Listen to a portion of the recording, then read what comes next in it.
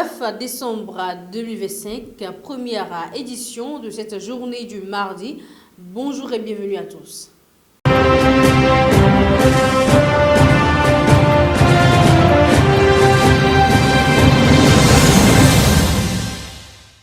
L'actualité politique au Sénégal ouvre cette session d'information. Le Premier ministre sénégalais Ousmane Sonko a réaffirmé son intention de se présenter à la présidentielle de 2029, déclarant le 7 décembre que rien ne pourrait l'en empêcher.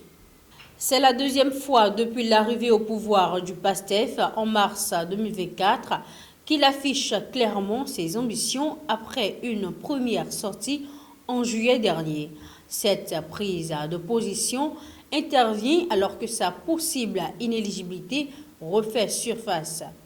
La Cour suprême l'a condamné définitivement à 6 mois de prison avec sursis et à des dommages pour diffamation, une affaire qu'il avait déjà exclue du scrutin de 2024.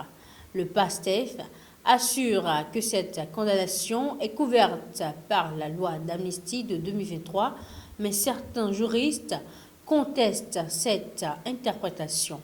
Pour des analystes, Ousmane Sonko cherche à rassurer ses partisans dans un contexte de tension au sommet de l'État où des divergences apparaissent entre le président Bassirou Diomaye Faye et son Premier ministre. En Guinée-Bissau, la charte de la transition a été rendue publique.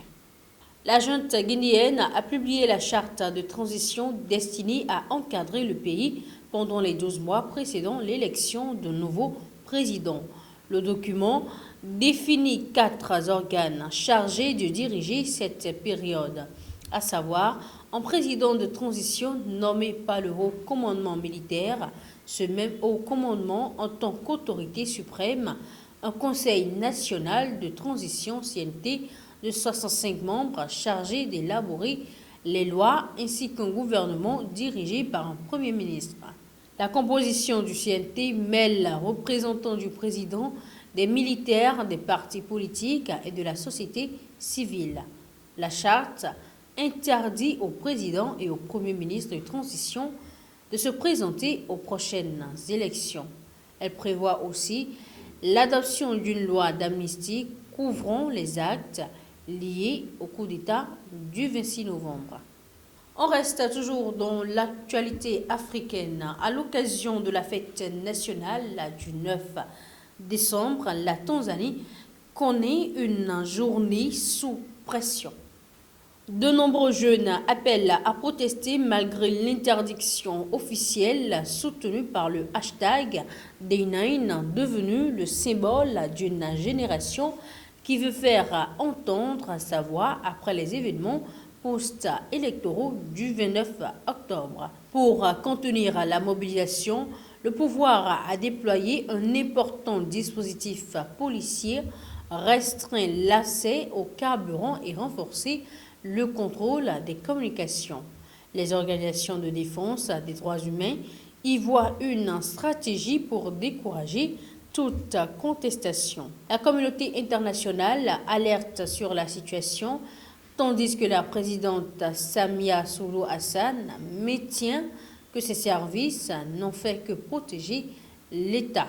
Le groupe Meta, de son côté, a bloqué plusieurs comptes militants, provoquant des critiques de ceux qui dénoncent une réduction supplémentaire des libertés numériques. Des nouvelles du Parlement français pour allier la droite au budget de la sécurité sociale, le gouvernement a accepté un compromis coûteux, l'augmentation d'un impôt sur le capital, mais seulement pour certains placements, ce qui réduit les recettes attendues d'environ 1,3 milliard d'euros.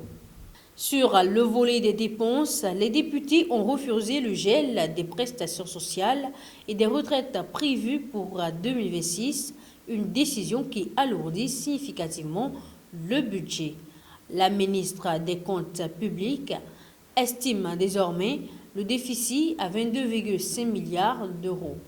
Pendant que les discussions se poursuivent, Les élus doivent encore se prononcer sur la hausse de l'objectif de dépenses de l'assurance maladie que le gouvernement souhaite porter à 3%.